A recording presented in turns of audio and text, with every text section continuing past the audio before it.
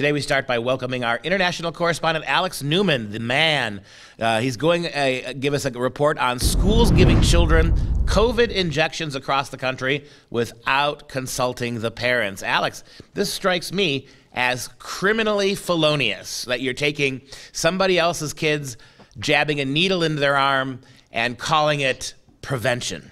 Yeah, it is, Duke, a brazen assault on the rights of parents to make decisions for their children. It is a brazen assault on the bodily integrity of these children. And, the schools are using really nefarious tools. They're bribing these kids. One case in Los Angeles at the Barack Obama Global Prep Academy, government brainwash camp named after the former dear leader.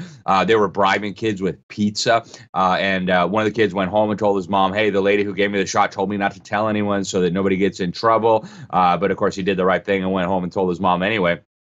But people who think this is just in the land of fruits and nuts, I've got bad news. It's happening all over the country, even in conservative states. We've got cases in Louisiana where these mobile vaccine clinics were brought into government brainwash camps, and they're injecting the kids, again, without parental permission.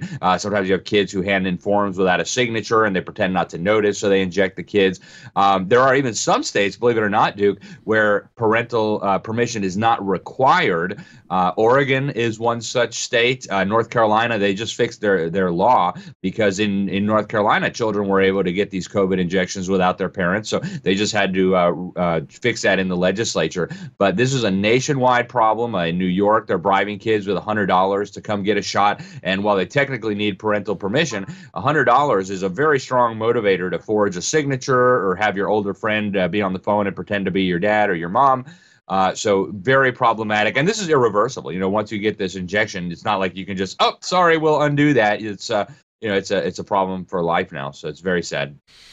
And so are parents taking action? I mean, all I can tell you got a lot of kids, Alex. You got a beautiful young family, and this happened to you. What would you do? What would you do if your kids, they're not in the public school because you have a brain, but what would be your course of action? And are parents fighting this, or are they just rolling over?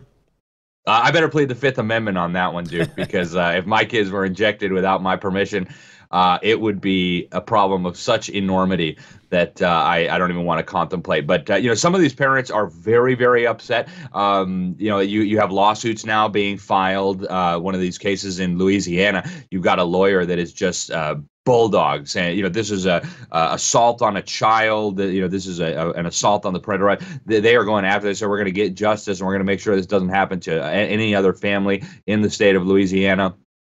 In California, you have some of these parents are like, I'm not even anti-vax. My kids got health conditions. I didn't want to get them the vaccine. So you have some districts now where these injections are mandated, where parents are ultimately going to either have to give their consent or they're going to have to pull their children out of school. Like I said, in North Carolina, it was such an uproar that the legislature did go in and change that law. So now parental consent is required.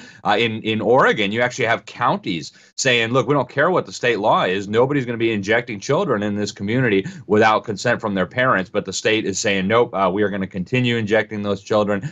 So there's, the battle looks different in different states, depending on what the state law is, depending on the attitude of the parents. But I'll tell you, there are a lot of parents who are upset. And I'll tell you what, there are a lot of parents here in Florida that I think would go to war to protect their children. I mean, the people that I talk to, I travel the state, I travel the country. There are people who are convinced that these shots are deadly. There are people who are convinced that this is part of, biblical end times prophecy, and they don't want their children participating. And I'll tell you, there is a lot of anger about this. There's a lot of concern about this. And if this doesn't motivate parents to finally take the plunge and get their children out of public schools, you wonder what could possibly do that. This strikes me, if there ever was an instance where you could use a class action lawsuit, get these moms and dads from across these different states to pool their resources, get some big heavy hitter lawyers to come in and the moms and dads won't have to pay anything until the lawsuit is settled. I don't see any way.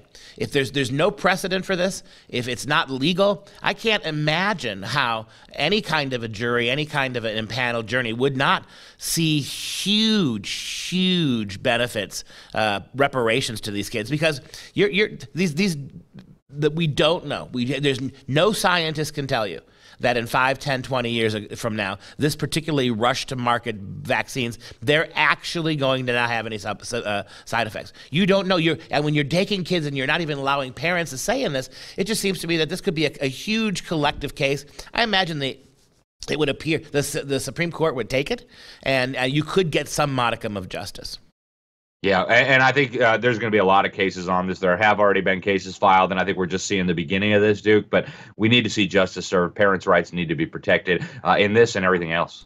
Well, speaking of that, we learned just today, Alex, and this might be your next assignment, if you wish to accept it, Alex Newman. This could be we just learned today that the governor of Louisiana mandated vaccines for all public school kids, mandated them.